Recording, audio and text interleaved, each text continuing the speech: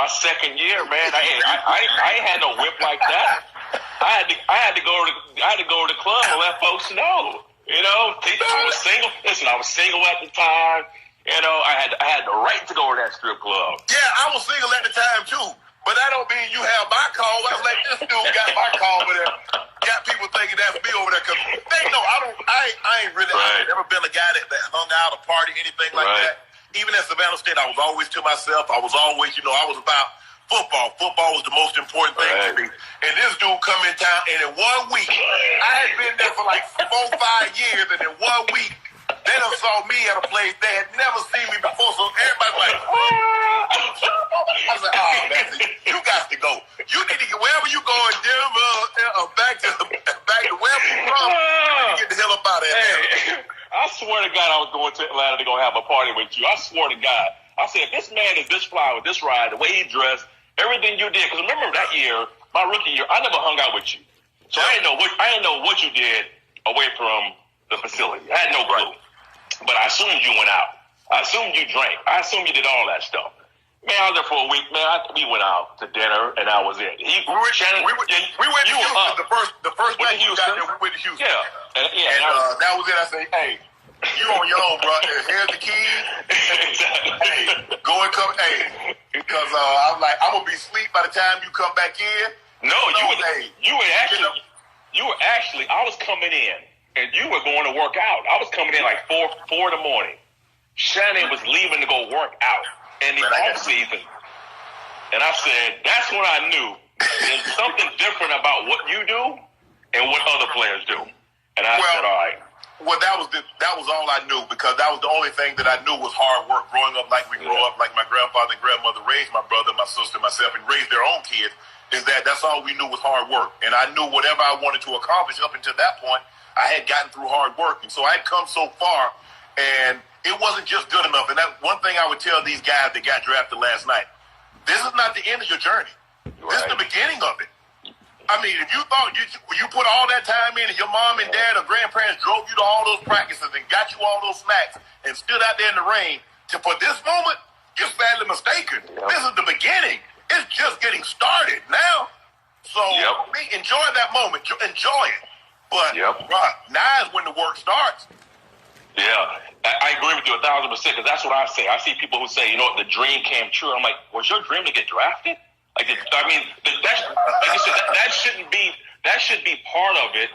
But like I'm gonna go back to when I got drafted in '96. Actually, I was in 1995. Man, you know where I was in 1995 on draft day? Where? At the Freaknik in Atlanta. And I remember it happened. I was at my ex-girl's friend's house at the time. Down in Atlanta. I was staying with her over the weekend. Mm-hmm. And I remember it happened. And I remember the Broncos came up, and I was like, Denver, because Denver never talked to me. I was disappointed that I got drafted in the 6th round anyway. And my mom was pretty happy. They called and was like, yeah, the Broncos drafted you. And I had actually seen it on the TV because it was on ESPN, ESPN2. And I saw it come across the ticker. Right. My first thing was, damn, the Broncos #1. But then #2, my mom was like, you should be happy that you got drafted. And my response was, I said, Mom, I appreciate it that I got drafted. I said, but I'm not going to really be happy until the first day of the season and I'm the starter. Right. That's what I said. First day. That's how it was. I mean, my sister thought once you got drafted, you had made the team. But, you a low-round draft pick. You were the 6th round. I was the 7th round. They had 12 rounds when I came out, so I was a 7th-round draft pick, 192. Yeah. And I was like, nah, I'm gonna have to actually make the team. And you talk about Freaknik, that was the very reason that I moved to Atlanta. Me and my brother used to go to Freaknik. We used to. I went to a Black College Beach Week in Daytona, and then Freaknik. I went to Freaknik. I remember. I was like, I called my agent. I said, look, man, you need to find me a house here. So he gave. I said, look, man, I need somebody here Monday to find me a house. He's like, okay. He said, what area are you looking at? I said, I don't care, but just find me a house. So that Monday, I stayed over. He sent the agent up. We found the agent in Atlanta. We went and looked for a house. Now, the first house they showed me, I fell in love with that house. But it was it was the house that I'm in. Oh, yeah. It's funny. It's Sugar Ray Leonard's ex-wife house, Juanita. Oh. I saw, but it was $200,000 over budget.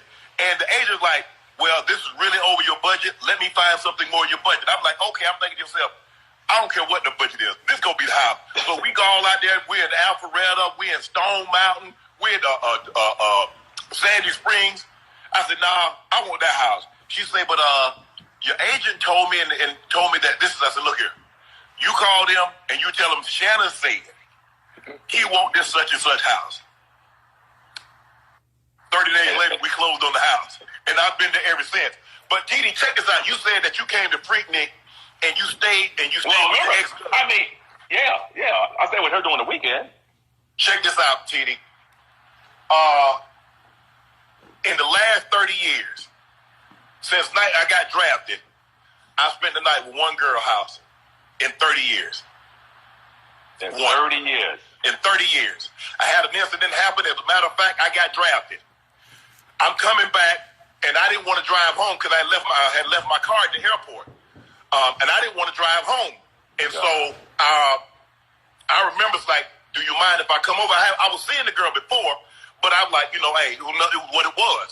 And I was like, I called, I said, do you mind if I stop by? Because I don't want to drive home because my grandmother doesn't know I'm coming back, and she's going to be startled.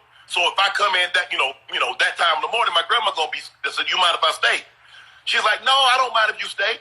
I said, I had heard. I'm gonna put it out there. I was like, I heard, you see anybody? No. I was like, okay, cool. Jude, real talk. So something told me, Shannon, just play it cool. Hey, do what you ain't. That ain't what I originally went over there for. Keep it real. They're grown folks on this conversation.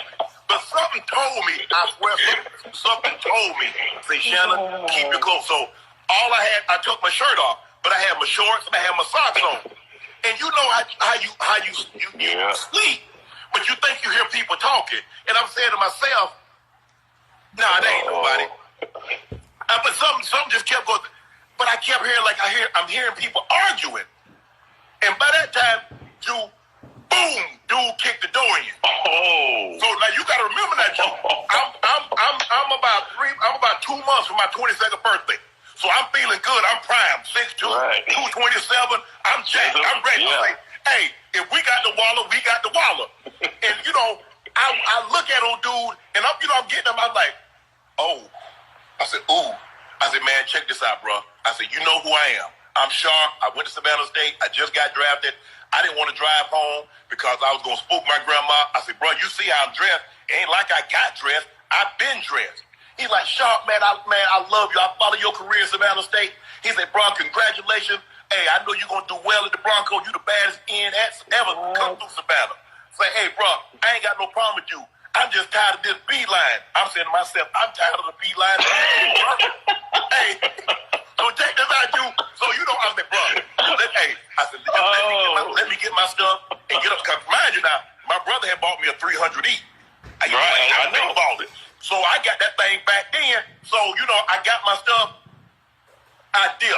Man, they start walling. Shannon. I said, Shannon, nothing. Hey, check this out. When I looked saw who it was, once I looked and saw who it was, because I was thinking about knuckling up. Hey, I'm like, who was it? I ain't going to put his name out there, but put it like this. Okay. He got 50 for double murder. Oh, shit. Yeah, that's how I got caught up. I got caught up like that. So I refuse. Now, I'm not saying I haven't gone over to women's house since then, but I'm talking about close my eyes and lay in the bed and go to sleep. Yeah. Not one. Yeah. Hey, Shannon can't do that, bro.